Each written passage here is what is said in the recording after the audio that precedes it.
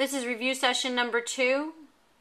The questions that we're going to cover are questions 45 to 50 from the pretest. In question 45, they give you a set of conditions.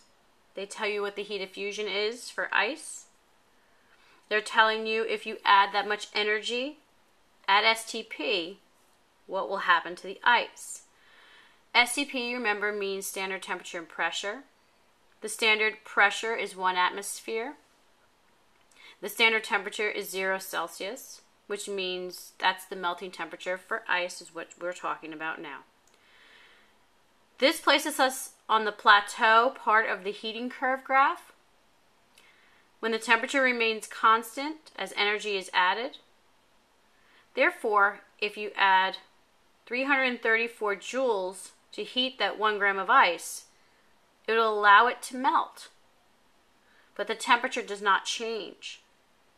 Therefore, when you're talking about what happens to the ice, it does melt, but it happens at the same temperature.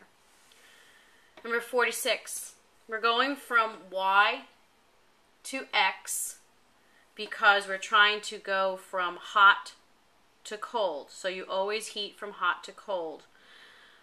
So the answer for this one is number 3, going from the warmer 15 degrees Celsius to the colder 10 degrees Celsius. Number 47, I'll take a look at the math on this one. Okay. We decide that the math for this one is Q equals MC delta T because there is a change in temperature. So we're trying to find Q. You're given the mass. You look up your C because it is for water. And then you have your change in temperature, which is 5 degrees Celsius. Put the numbers into the equation. And then you solve. You end up with a Q value of 10,450 joules. You want to convert that to kilojoules because the answers are in kilojoules. Divide by 1,000. So you end up with your Q value. And the answer for number 47 is 2.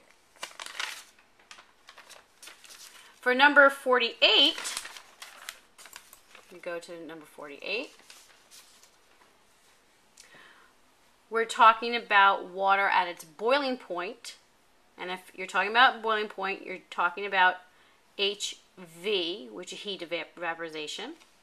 So it's going to be a different equation. Let's look at this a little bit more closely. You'll zoom in a little bit. Sorry about that. There we go. All right. So you have your equation that you're going to use. Once you decide what equation you're going to use, Q equals mHV. Q is what we're trying to find. The mass is 20 grams. HV is not given in the problem, but you have to look that up on table B. So it's 2,260 joules per gram. You put the numbers into the equation, and then you're going to solve for Q. You get 45,200 joules per gram. However, when you look at the answers, they are in kilojoules, so you need to convert. So you divide by 1,000, and you end up with 45.2 kilojoules per gram. Question 49, you have to again decide what equation you're going to use.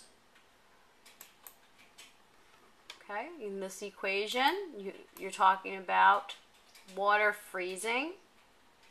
Therefore, if water is freezing, you need to have Q equals MHF.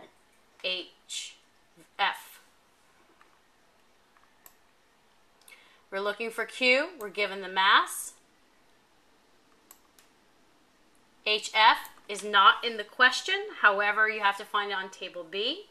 That's where we get that value. Then you set it up. Q equals, substituting in the values, multiply the numbers,